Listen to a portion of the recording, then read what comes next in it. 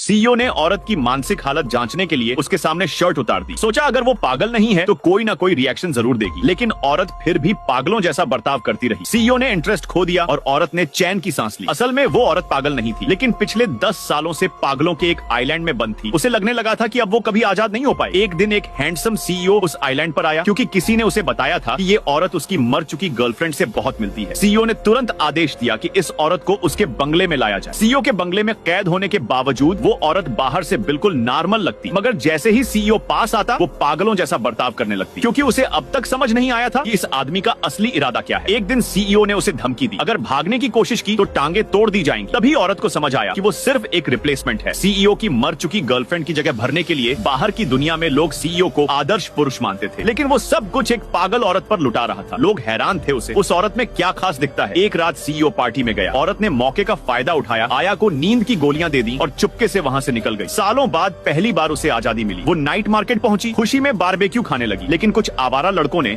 उसे छेड़ने की कोशिश की। उसने एक के हाथ में बारबेक्यू की सीख घुसा दी और बदले में उससे एक फेक आईडी बनवाने को कहा। उसी दौरान सीईओ के बॉडीगार्ड्स मार्केट पर चढ़ दौड़े। औरत ने अपना भेस बदल लिया, मगर जैसे ही सीईओ का असिस्टेंट दिखा वो डर के मारे छुपने लगी, क्योंकि अब वो जान चुकी थी खेल खत्म होने वाला है। आखिरकार सच सामने आया। सीईओ अपनी खोई हुई गर्लफ्रेंड की कमी पूरी कर रहा था, मगर औरत अब किसी की कॉपी बनकर नहीं जीना चाहती थी। उसे अपनी पहचान चाहिए थी, अपनी आजादी, अपनी नई जिंदगी। इसका पार्ट 2 देखना है तो अभी चैनल को सब्सक्राइब करें और कमेंट करें पार्ट 2।